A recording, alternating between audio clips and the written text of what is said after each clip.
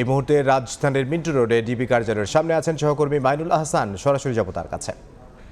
মাইনুল, সাবেক প্রধানমন্ত্রী শেখ হাসিনার বিদ্যুৎ ও জ্বালানি বিষয়ক উপদেষ্টা তৌফিক এলাহীকে গতকাল রাতে গুলশান থেকে গ্রেফতার করা হয় এবং পরে কিন্তু তার বিরুদ্ধে যে বাড্ডা থানায় একটি হত্যা মামলা দায়ের করা হয় এবং এখন কিন্তু তিনি ডিবি কার্যালয়ে আছেন এবং আশা করা যায় যে কিছুক্ষণের মধ্যেই হয়তো তাকে ডিবি কার্যালয় থেকে যে ঢাকার যে সিএমএম আদালত আছে সেই সিএমএম আদালতে নিয়ে যাওয়া হবে। যেহেতু আসামি গ্রেফতারের 24 ঘন্টার মধ্যে আদালতে হাজির করার যে আইন রয়েছে সেই আইন অনুযায়ী কিছুক্ষণের মধ্যেই আমরা হয়তো দেখতে পাবো তাকে আদালতে নিয়ে যাওয়া হচ্ছে।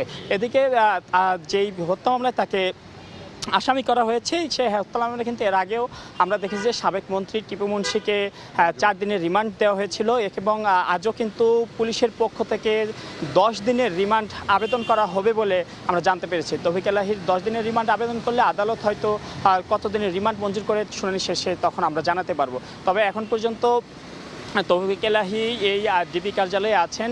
ইতোমধ্যেই আমরা দেখেছি যে সেনাবাহিনীর গাড়িও এসেছে, এখানে ডিবির কয়েকটি গাড়িও প্রস্তুত করা হয়েছে। কিছুক্ষণের মধ্যেই হয়তো এখান থেকে বের করে তাকে নিয়ে যাওয়া হবে সিএমএম আদালতে।